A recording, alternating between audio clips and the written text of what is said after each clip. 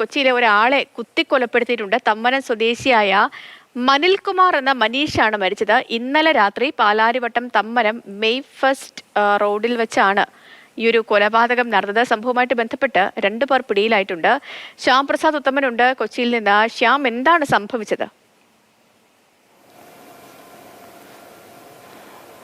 സേതു, ഇന്നലെ രാത്രിയോടുകൂടിയായിരുന്നു ഈ സംഭവം. അതായത് ഈ മനിൽകുമാർ, കൊല്ലപ്പെട്ട മനിൽകുമാറും അതോടൊപ്പം തന്നെ മനിലിൻ്റെ സുഹൃത്തായിട്ടുള്ള അജിത് ആന്റണിയും ഇരുവരും മറ്റ് 2 പേരുമായി തർക്കമുണ്ടാകുന്നു.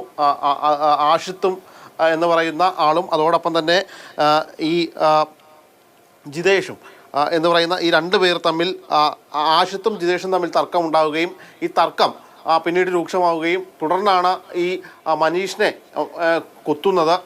ഇത് കത്തിക്ക് കുത്തി മനീഷ് അവിടെ വീഴുകയായിരുന്നു.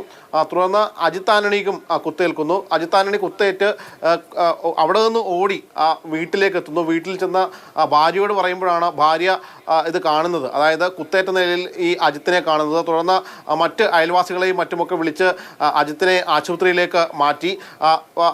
പലവട്ടം പോലീസ് ആ സമയത്ത് അവിടെ എത്തിയപ്പോൾ മനീഷും ഈ ഗുരുതരമായ അവസ്ഥയിലായിരുന്നു. പക്ഷേ ആശുപത്രിയിൽ കൊണ്ടുവന്നെങ്കിലും മനീഷ് കൊല്ലപ്പെട്ടു. നിലവിൽ ഈ ജിതേഷും അതോടൊപ്പം തന്നെ ആഷിത്തും, ഇവർ 2 പേരെയും പലവട്ടം പോലീസ് പിടികൂടിയിട്ടുണ്ട്. വിശദമായ ചോദ്യം ചെയ്ത് വരികയാണ്. നിലവിൽ അജിത് ആന്റണിയുടെ നില അല്പം ഗുരുതരമാണ്. കൊച്ചിയിലെ സ്വകാര്യ ആശുപത്രിയിലാണ് അജിത് ആന്റണിയെ പ്രവേശിപ്പിച്ചിരിക്കുന്നത്.